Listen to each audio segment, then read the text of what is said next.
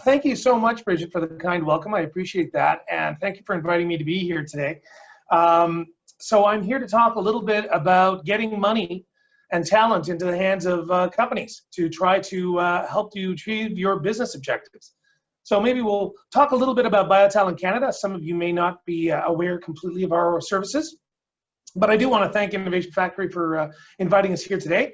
Like Brigitte herself, as I assume the name indicates, we're a bilingual organization as a national association. Yeah. I am bilingual. French is my first language. That's what I thought. Well, there we go. So I'm a Québécois d'expression anglaise. So nous sommes capables de vous servir dans n'importe quelle langue. So we just want to let you know that if you wanted to ask questions or contact us, all of our materials, this deck, all of the materials and documentation that I'm going to talk to you about today are available in both English and French for any of the stakeholders. So let's talk about a little bit of what we're going to be talking about today. Let's see. There we go. So we're going to talk a little bit about BioTalent Canada, just to give you a little background on who we are and what we do. We're going to talk about wage subsidies. We have several programs that are available for uptake for employers across Canada. We're going to talk about specifically the student work placement program, which has really been a focus of our efforts over the last several months. A little bit about eligibility, some criteria, and some COVID-19 updates. And then we'll have some questions. My colleagues Stephanie and Joanne are on the chat and the Q&A here to answer questions as we go. I know Brigitte will be available, so we will have availability for some questions toward the end as well. But we can answer questions at the end if you want to put them into the Q&A at any given time. And we'll talk a little bit about how you can follow up and contact us after the fact. So let's get started. A little bit about us. So our vision, we're a national not-for-profit association, much like Innovation Factory. Our head office is in Ottawa. Not that that really matters now that we're all working 100% virtually in this new reality of ours. Our vision is really that the Canadian bioeconomy is people-focused, a career of choice, and a driver of the Canadian economy. Now, there's three main components of that, and they really they come to the heart of what we're talking about. The Canadian bioeconomy is often science-focused. We know that. It's the business of science. However, as we all know, science is the study of the natural world, and there's only one species on the planet Earth that does that, and that's human beings. So our vision, our evangelism to a lot of companies is that we have to put people first. We have to make sure that our HR practices, the way we recruit and the way we retain people is even more important than the science, because without the people, there cannot be any science. So that's really, we're trying to shift the focus a lot to the fact that the bioeconomy is people-focused. 80% of the companies within Canada's bioeconomy are small and medium-sized enterprises. Almost half of them are less than 10 people. So you can imagine that a lot of the people that are running these companies, the women and men who are heading up these companies, are often really well-versed in science, but not necessarily well-versed in human resources. So therefore, we act as sometimes a satellite department for human resources for these companies. So we want to make sure the bioeconomy is people-focused, primarily, that it's a career of choice, and that we're attracting the best and the brightest, not just the scientists, human resource specialists, marketing, salespeople, finance professionals. All of these companies require the same type of expertise as any other, along with the technical and scientific acumen of the innovators. And then finally, we want it to be a driver of the Canadian economy. We want the bioeconomy to be one of the thrusters for the Canadian economy. And that's never been more true than right now in the midst of a pandemic. We're seeing the economic recession that's setting in, and we certainly believe, and we've seen evidence, that the bioeconomy can be very much a life preserver and one of the real drivers of economic recovery. We'll talk a little bit about that, because some of our wage subsidy programs have been put into place exactly for that, to stimulate the economy and to drive economic recovery. So how do we do that? What else do we do from BioTalent Canada? We work in professional development so that people can plan their careers. We implement training, and we instruct CEOs on how to put in professional development within their programs. National standards. We promote labor mobility, and obviously we welcome in Canada over 300,000 educated newcomers every year to this country. So we have to have systems in place that promote national standards, national occupational standards, national compensation benchmarks, all of these things. Talent management, how do we recruit and retain talent? How do we get access to benefits? How do we have a job board or compensation information to make sure that we can manage and make sure that our businesses stay competitive all the way along? And then, of course, labor market information. All of this is rooted in science. What we do at our heart is as a labor market intelligence organization. So what we do is we identify skills gaps, we measure them, quantify them, and then we address them. So we use the scientific methodology to find out where the skills gaps occur. Then we work with our partners and different governments who have mandates to address those skills gaps, like youth unemployment, and we address them. That's a good example. Youth unemployment is a really good example. There have been studies, in our own studies, that have shown that youth unemployment amongst new graduates within the Canadian bioeconomy can go up to 20% in some provinces. And in fact, in Ontario, it was quantified at 19% just a couple of years ago. That's a great example of how we've been able to quantify a real problem where we've got our best and our brightest who've just come out of school. And yet, it seems that our companies are very reluctant to hire them. Well, why is that? Often it's because there's a skills gap. And we're going to talk about that a little bit because it's sort of the heart of what we do. But now, our organization works in biotech human resources. And I've got to tell you, it can sometimes get a little dry when we talk about that. So what we do try to talk about a little bit is the human element. A few years ago, we created an award. It's called the Catalyst Award. And it was to recognize the top new biotech hire across Canada. This picture here was myself with our 2019 recipient. Her name was Minna Huang, who was a co-op student, in fact, an intern from UBC, University of British Columbia. And she was working with stem cell technologies, which is, for those of you who don't know, Canada's largest organically grown biotechnology company. They have well over 2,000 employees. They're in 14 different countries around the world. They continue to hire and they continue to grow. They're a real homegrown success story. And stem cell technologies was part of our student work placement program last year. And they hired Minna, who was in her final year at her program in university. Minna distinguished herself so much that the first thing that Stem Cell Technologies did upon her graduation was hire her full time. She's still employed there now. And she made such a contribution to the corporate culture and the spirit of innovation at Stem Cell Technologies that they nominated her for the 2019 Catalyst Award, which is an award we, as I mentioned, we created 3 or 4 years ago. So we're very pleased. I was able to go down when travel was still on the itinerary. I was able to go down to Vancouver last year and award Minna this prestigious award. We were pleased because it really sort of, it personifies the kind of impact that fresh, innovative, young talent can make to a company like Stem Cell Technologies, who itself is already a leader and makes human resources and active recruitment and retention part of their strategic objectives. It's really at the heart of what they do. So here's a quote from Helen Sheridan, who's the Vice President of HR from Stem Cell Technologies, that just goes to show how this kind of new talent can really infuse innovation and creativity within a company. So let's talk a little bit about who we help. The bioeconomy itself, we take an inclusive definition of the bioeconomy. Biohealth or life sciences is obviously a bit of the elephant in the room. And what I mean by that is it's the largest number of companies and employs by far the largest proportion of employees across Canada, those that work in the bioeconomy. But there are 3 other subsectors that we define as part of the bioeconomy. They're a little less known, but are no less vibrant. The subsectors of bioenergy, bioindustrial, and agrobiotech continue to flourish within Canada and continue to be a source of much talent and and a lot of employment.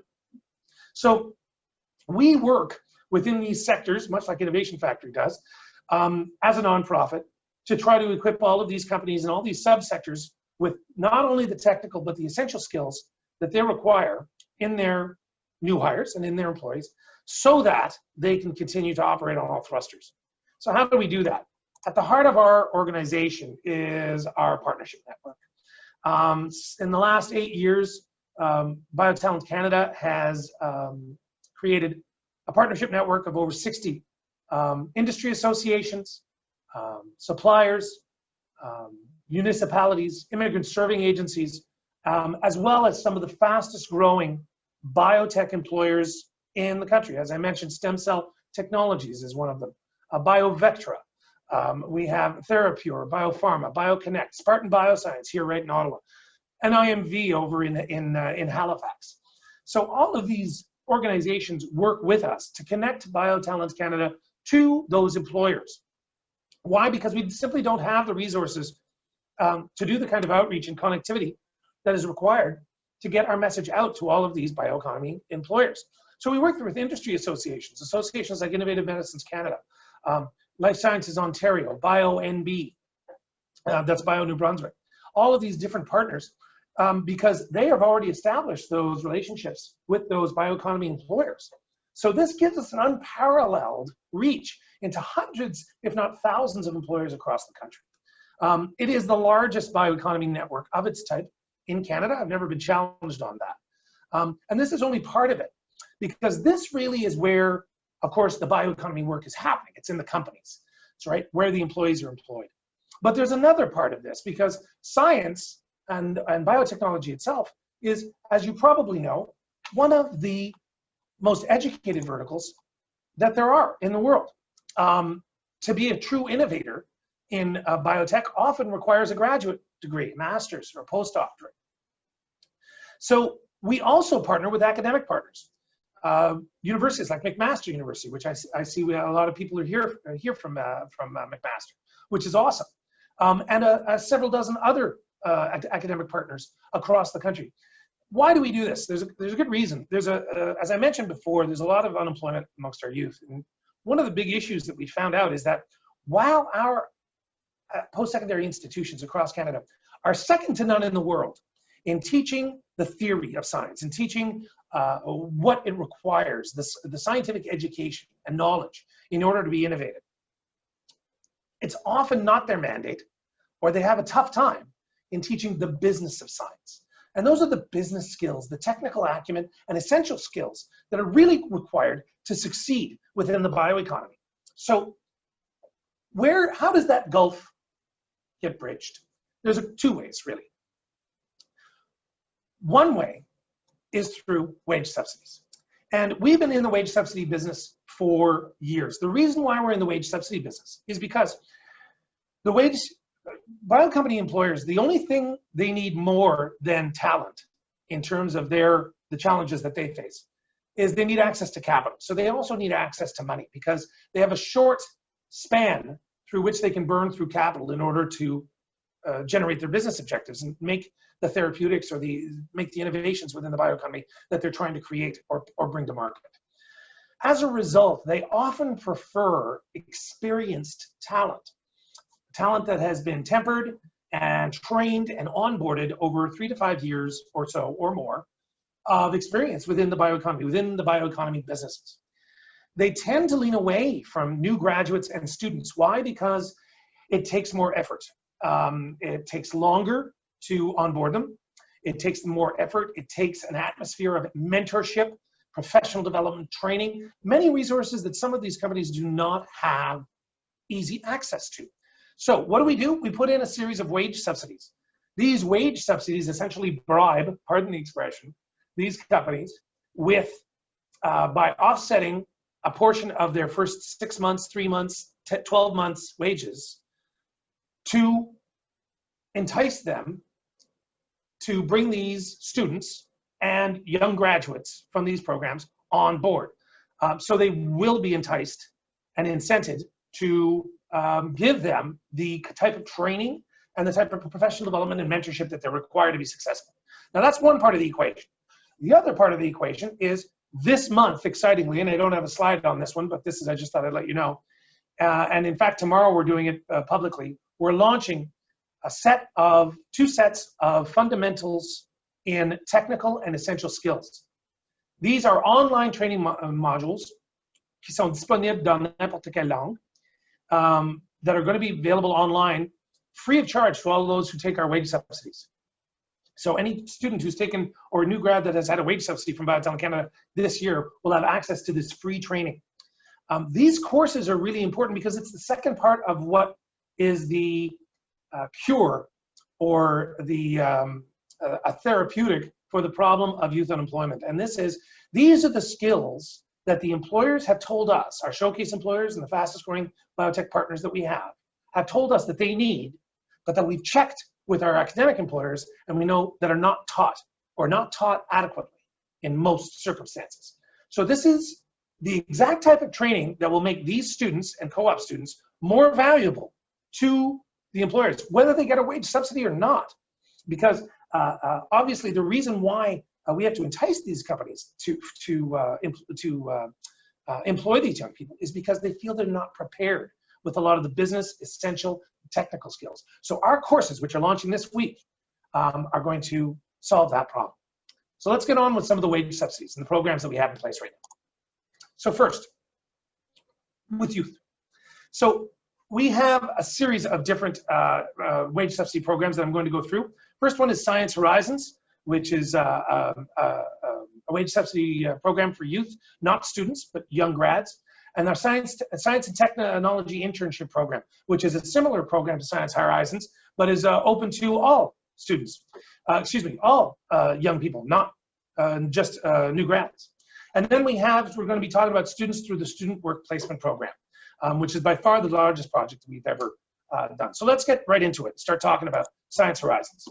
So Science Horizons, this is a program that we have instituted with the Federal Department of Environment and Climate Change Canada. And this is for grads in STEM jobs. These are college or university graduates in STEM jobs, and that's science, technology, engineering, and math, as you probably know. Also in green jobs, because it's a sustainable development bent on this. It gives a grant of up to $15,000 for 6 months. The definition of youth by the federal government's definition is under 31 years old, so darn it, missed it by that much, I did. And the deadline for this program is October 30th, 2020. And that sounds really close, and I get that. This program has been reinstituted in the wake of COVID by Environment and Climate Change Canada. We are certainly, we're in discussions with them to see if there's a possibility of extending the program or repeating it in the coming months, because as we all know, we're not quite out of the woods yet where COVID-19 is concerned, and our employers need all of the help that they can get. So that's the first program that we're talking about, which is called Science Horizons. Next one is a Science and Technology Internship Program, or STIP. It's a green jobs program that is from the Federal Department of Natural Resources Canada. And they're a relatively new department that we've been working with for the last couple of years. And again, in the wake of COVID, they approached us and wanted to talk about employing young people, 50 youth in natural resource STEM jobs linked to the green economy. So these are sustainable development. A lot of the times, they're not always, you can't find a lot of these in the life sciences, but obviously they're very big in bioindustrial, biofuel, and agrobio jobs, which are very much linked to sustainable development missions and visions. This program will go up to 75% of wages for 6 months, up to $22,500, and it can go up to $30,000 for youth that are furthest from employment, and that means youth that are not necessarily in urban centers. So it works very well for farms and laboratories that are outside the urban centers. It's for all youth, not just young grads. It could be young people that don't have a graduate or college degree at all. And the deadline is September 30th, 2020. However, we've extended that. So that is it. I won't say it's a typo, but we just haven't updated the slide. That deadline is going to go up to October 31st, 2020 right now. So all of this information is on our website, biotalent.ca, under green jobs. And those of you who are furiously making notes, there are application forms there, all sorts of different resources for these particular programs. So pardon me for a moment. Even I have to take a breath once in a while. So our next program, and this is by far, the Student Work Placement Program is by far the largest program that we've ever instituted in our 20-year history. It stems from the concept of work-integrated learning. Now, we talked about earlier that a lot of students that we have seen hired by these biotech employers are woefully unprepared, especially if they have no work experience within the bioeconomy upon graduation. And that's why we have such a high unemployment rate amongst our new grads. So the concept of work-integrated learning is the whole idea of internships, paid internships, co-ops, as many of you know, that are available through career education and cooperative education centers within colleges and universities across Canada.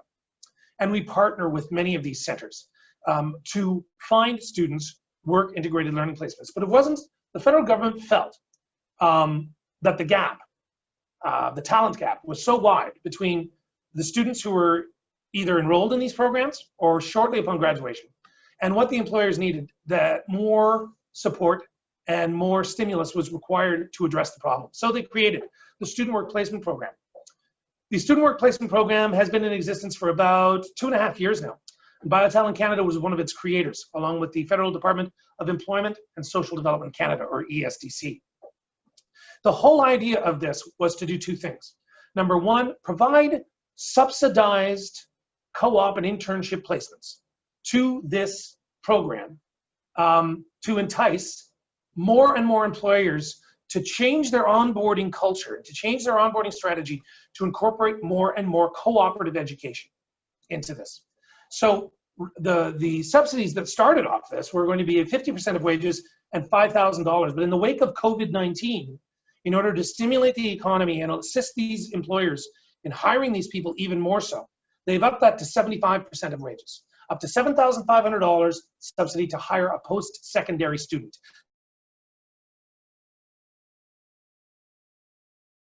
Rob, you've been muted. I think your mic just muted there.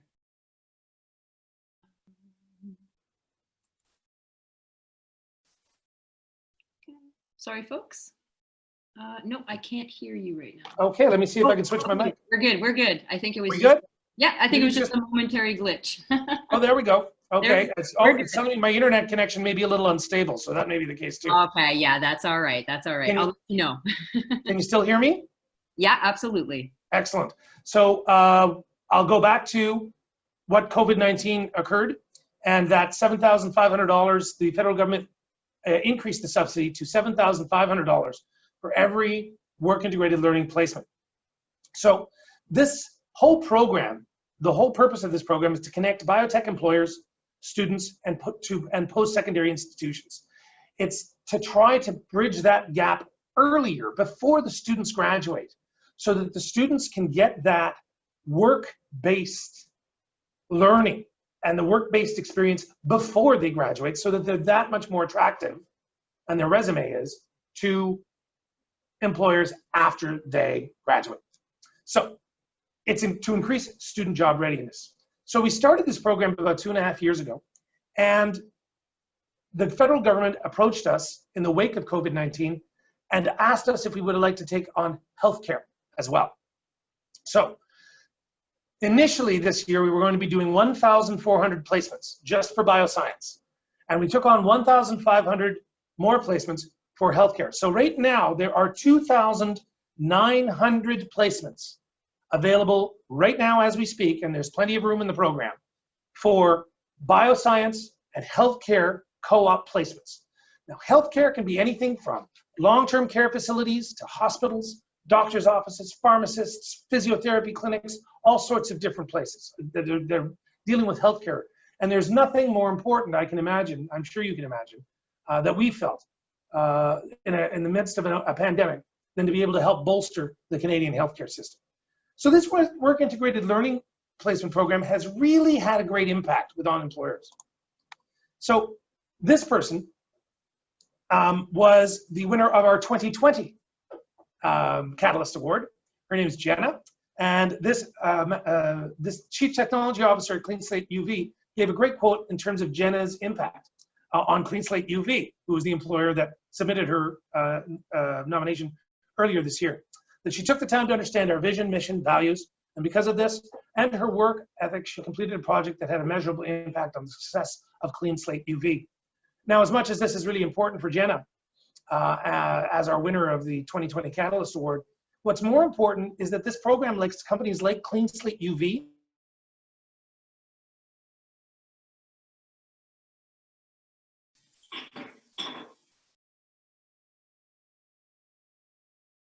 Oh, Rob, I think we lost your mic again, unfortunately.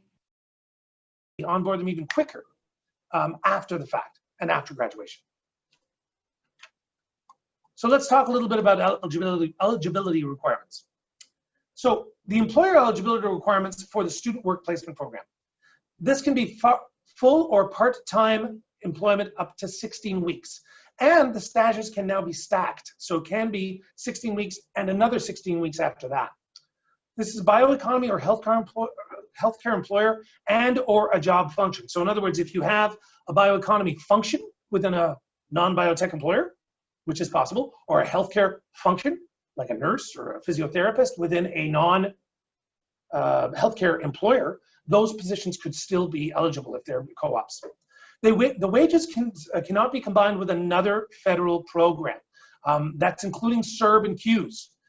So the Canadian Emergency Response Benefit and the Canadian Emergency Wage Subsidy.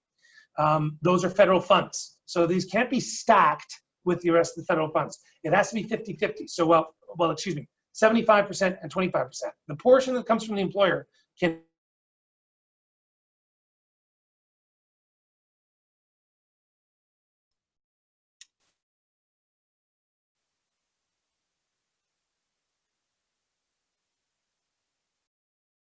and to make sure that they're the ones that are compensating the student, the co-op student directly. So that's the employer. Let's talk about the student.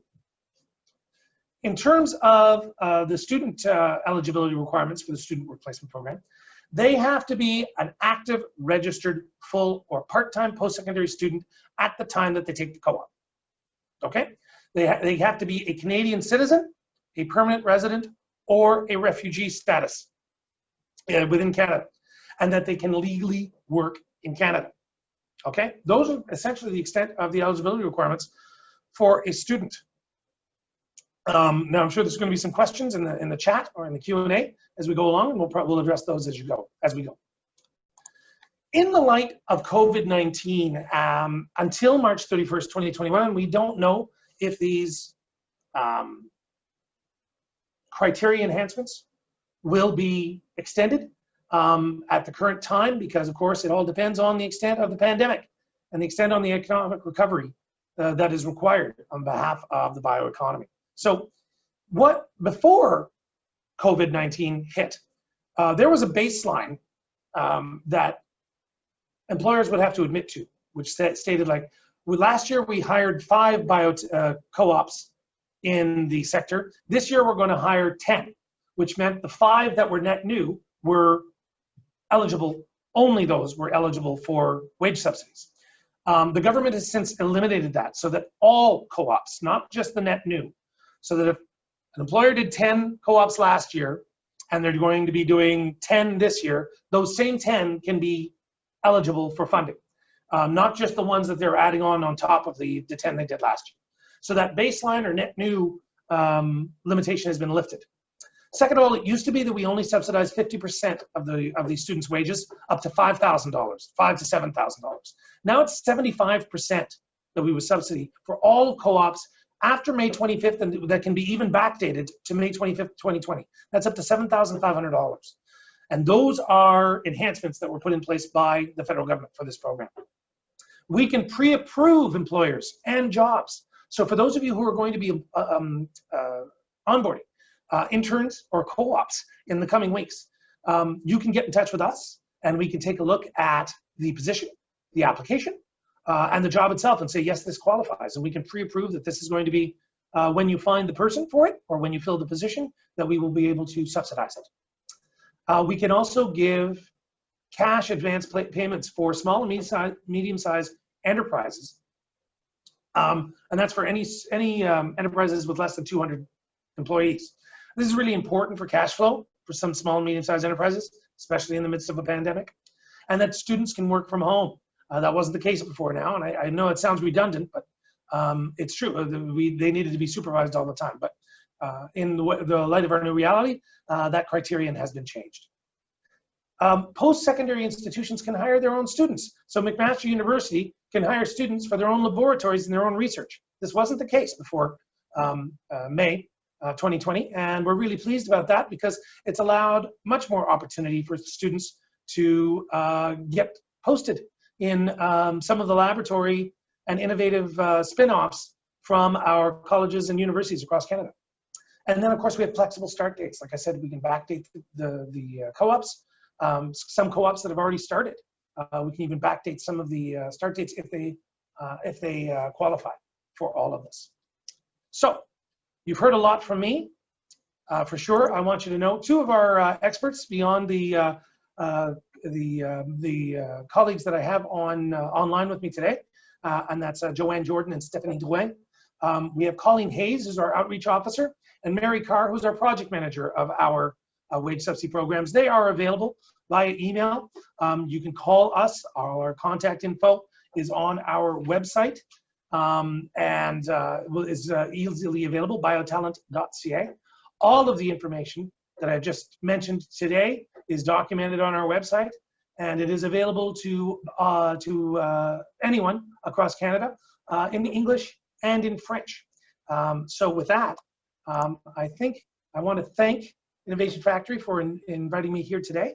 And I guess with that, Bridget, I'm available to take some questions.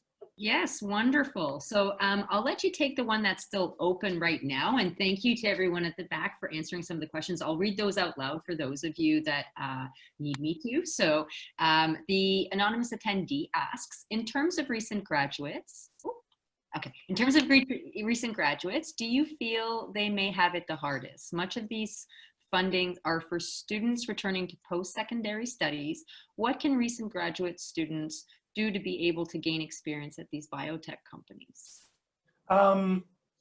Really good question. You know, you're in the midst of a pandemic, and number one is some of the programs that I showed you, like Science Horizons and STIP, are available to young people who are after graduation. There's no question that you're going to have to hustle a little bit if you don't have the advantage of a co-op program that'll place you with an employer or a co-op wage subsidy. There's no question. So taking a look at some of those groups, some of those programs that are available to you, ours, there are other grants from NSERC, et cetera, that may be available to you as well. More to the point, one of the things that we found, you're going to have to hustle. There's going to have to be a lot more networking that you're going to do, using resources like LinkedIn to find out from your graduation class or from your the institution that you graduated from, who is hiring. That's really important. Even though you're a graduate, I'm a graduate of the University of Ottawa, I've still called them up for support to find out where they're placing students, who's hiring right now, whether it's in the Ottawa area or elsewhere. Absolutely look that up. Second of all, I would really recommend joining some of the industry associations. Innovation Factory is a good one. To make you're going to programs like this one, and some of the industry associations, like the provincial life sciences organizations, that have specific resources for students that are available, and mentorship programs. They can hook you up. They can pair you up with some people. That's very, very important. You're going to have to look also at something. Believe it or not, you're going to have to take a look at. There's a lot of companies that are receiving funding. Right now. I was talking to, just the other day, the chief financial officer of Accelera, which is part of the vaccine research. They cannot onboard fast enough. They're getting expats from Canada who are coming back to fill some of their ranks. So they are one of the organizations that are in the news. They're stating that they're getting funding. They're stating that they're doing all sorts of innovative work, and they're stating that they're looking to hire. You've got a very big advantage here where the companies that are hiring, you don't necessarily have to live where they are anymore. Yeah. Some of these they're hiring across Canada, and they're hiring virtually. Yeah. That's a great advantage where you don't have to pick up and move to get a job. Yeah. But it also means that you have to spread your net a lot wider, and you're going to have to, and this is a big, I talk to a lot of students who graduated, you're going to have to tailor your CV to the company you're targeting. When you're talking about what you want to do, don't just recite the title of your thesis. Talk about some of the work experience that you've had. Put in your CV the jobs that you had to survive, like even the ones that were client service focused, McDonald's, Costco, anything that was in there. Why? Because client service and being able to deal with people from a client service or a customer thing, that is an essential skill. And that is a skill that is sorely lacking in a lot of these companies, because a lot of students have not had the co-op experience and they've gone into the graduate. So all of these things are tips and tricks that you really have to get better at. And including dusting off your LinkedIn profile and mining those contacts for mentors, for leads, for warm referrals. Those are really important, and it's something that you really have to do a lot more actively. Because you're right, it's tougher if you don't have the work experience as a new grad than if you've gotten a co-op or you have that work integrated learning experience. Long-winded answer, but it's a big question. So it is absolutely. And as things are changing so quickly, right? I mean, people are going to have to exist more online. So I agree with the networking and the LinkedIn and everything else. So great suggestions. Now to the person who asked the question, did that answer your question? I'm giving everybody the permission to speak. So if you have a question, you can actually raise your hand, use the little raise hand feature and jump on in. I'm giving everybody permission now. So just use the raise. So I see a few of you have unmuted your mics. If you have a question, I see Daniel and Dominique, I think. So Daniel, if you have a question, feel free to go ahead. Hi, can you hear me? Yeah. Okay. Yes. Yeah, I just had a quick question regarding your Science Horizon program. So it mentions for companies linked to a green economy. Would you be able to clarify that a little bit? So would it be companies that are just directly working in the environmental space, or it's companies in other spaces that are trying to employ sustainable practices in their business? Yeah, good question, Daniel. Thanks for asking me to elaborate on that. It's both. In fact, it's not only necessarily the company that can apply, like if you've got a green bent to the company, or what the company produces reduces a carbon footprint or greenhouse gas emissions. It could also be like for something like a recycling officer within a store or within a larger company, anything like that. And not even necessarily if it has the title recycling officer. It could be a HR officer whose part of the job description shows that they have to try to find a way for the company to reduce carbon emissions, or to make their HR practices greener or more in line with sustainable development. Any of those things can be applicable. So the best way to do it, the people I work with, believe me, they've forgotten more about these programs than I will ever know. So if you have a question specifically to a job description, whether it's your own or somebody you're going to employ, call us up. We'll walk you through it. We tend to be more inclusive than exclusive. In other words, closies count. If we see that there's a sustainable element to a job description, chances are it's going to qualify. Awesome. Thank you so much. Thank you. Great. Thanks, Daniel. And Domenico, did you have a question as well? No, sorry, that was an error. Oh, that's okay. That's okay. No worries. Does anybody else have any questions? You can use the raise the hand feature to get my attention there, and it'll cue you up to the top.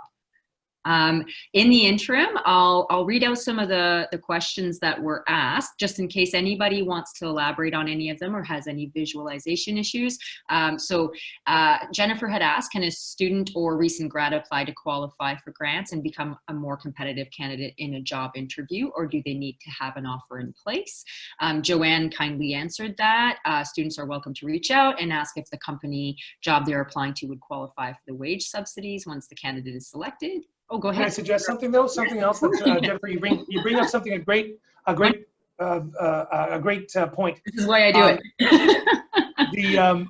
A lot of students take a good look at our wage subsidies for a couple of good reasons. Look, you guys are in science. I'm talking to the students amongst us, and if you're not, then you're hiring people who are in science. What are scientists do? They do research, right? So if you're going into an employer showing that you've gone to BioTalent Canada's website, possibly NSERC or some of these other places, and you've taken a look at what grants you can be available for.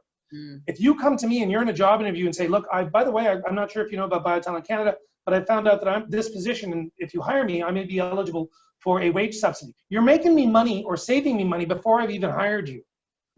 As an employer, that's smart. I'm thinking somebody's doing their research here and is really prepped before they've come to the job interview with me. We've had lots of students do that. It's just a really smart job seeking move. Number one, it's impressive to an employer. But number two, yeah, that could be the whole difference. If you're in a job interview with 5 people and you just told that could be the reason why you get the job, is you just saved your employer $5,000 in terms of hiring you, right? Because let's face it, once you get to the job interview scale, it's no longer like all it is now is it's a race against 5 other people. You don't have to be the fastest person in the world. You just have to be faster than the other 4, right? So that's every little piece of information or little advantage you should do. So definitely look into all the wage subsidies that you can. Come into interviews armed with that information. Because as an employer, I'm here to tell you, that would certainly impress me. Yeah, absolutely. It would give a competitive edge. Yeah. And another question was, somebody asked, why are international students not eligible? And Joanne answered, BioTalent Canada is a delivery agent for these programs and follow the guidelines for eligibility as mandated by the federal government. So if you have anything to add to that, or Sure. if anybody had a follow-up question. Sure. It's not something that we haven't been asked by our college and university partners for co-op and career education centers. You've got to understand that some of these programs are political, right? There's a political mandate behind it. The reason why we're doing this is because there is a very large youth unemployment problem within the bioeconomy across Canada. That is the federal government's mandate to be able to address that. So it's not their mandate to get foreign students jobs. That's essentially it. Yep, and fair. Another question we had, let's see. In terms of recent graduates, did we already? I think, sorry, my bad.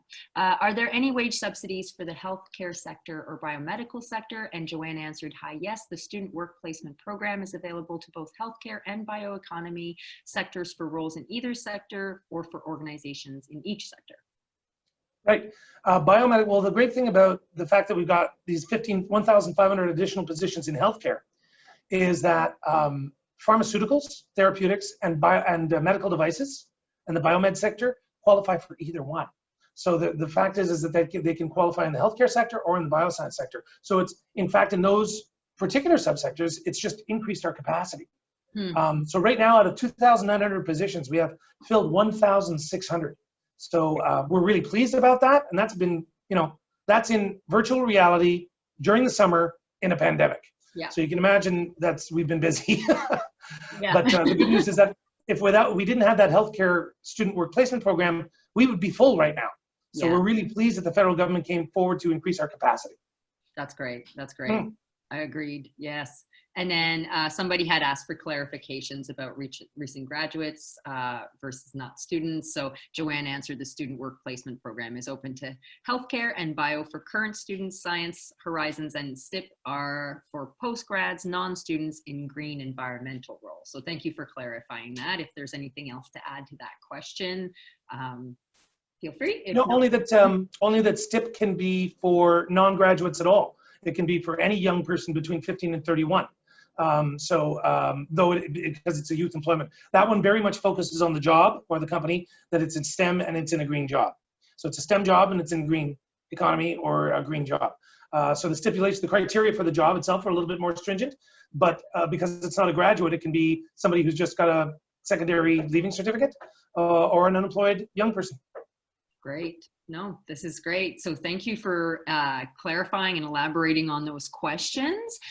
We do have some time for a few last questions. If anybody would like to ask their burning questions, this is your chance. Okay. I will elaborate on one thing if I could, Bridget. Yes, I talked about the technical and essential skills programs that we're going to be launching this week. That's literally hundreds of dollars of free training that are attached to these wage subsidies. So even if you're not thinking about, you're thinking about or on the fence about hiring a co-op, or that you're going to potentially position yourself for one of these positions, or for one of our other wage subsidy positions, this is another thing that you can either think about. This is free training we're offering employers to onboard new grads or unemployed youth or students. So it's an additional incentive that we're going to be giving these organizations to say, this is going to make them more job ready that much quicker. Because you could have them, it's about 10 or 15 hours of online training along with tests that they will get recognized as bio ready, which is our little industry label in these courses. This can be part of their onboarding. This could be part of their probationary period that's a requirement to take these courses. That's great. So yeah, and considering it's free of choice, it just adds that much more value to the wage subsidies that we are offering. Yeah, that's a great idea. No, these are all super valuable resources. We're excited to learn about all the employment opportunities and the wage subsidies. I know we work very heavily with life sciences and clean tech. So this would apply to many of our client base. So to anyone who's joining, if you are interested in connecting, so I see Stephanie has put her the different contacts there in the chat. I will include those in my follow-up with everybody. So this has been recorded, and so you will be able to see Rob's face yet again when I share it with everybody. Oh, lucky you. So, and mine, I'm sure everyone's pretty used to it by now. But thank you to Rob for this wonderful, informative presentation. A lot to chew on and lots of resources. So it's really exciting. We're excited to share also the opportunity. So feel free to send any links to us that you'd like us to share with our client base. More than happy to promote. I'd like to thank everybody for showing up today and for all the great questions. We always appreciate it. And, you know, for yourself, hopefully that everything got answered and clarified. And so on that note, I don't see any hands raised or anything. So I will assume everybody's good. And thank you to everyone for joining. Okay, I see great session. Okay, excellent. So everybody's very happy. So keep in touch and get in touch with me if you have any questions. I'd love to put you in contact with BioTalent. So thank you, everybody, and have a Thanks great so much. day. Thank you. Take care.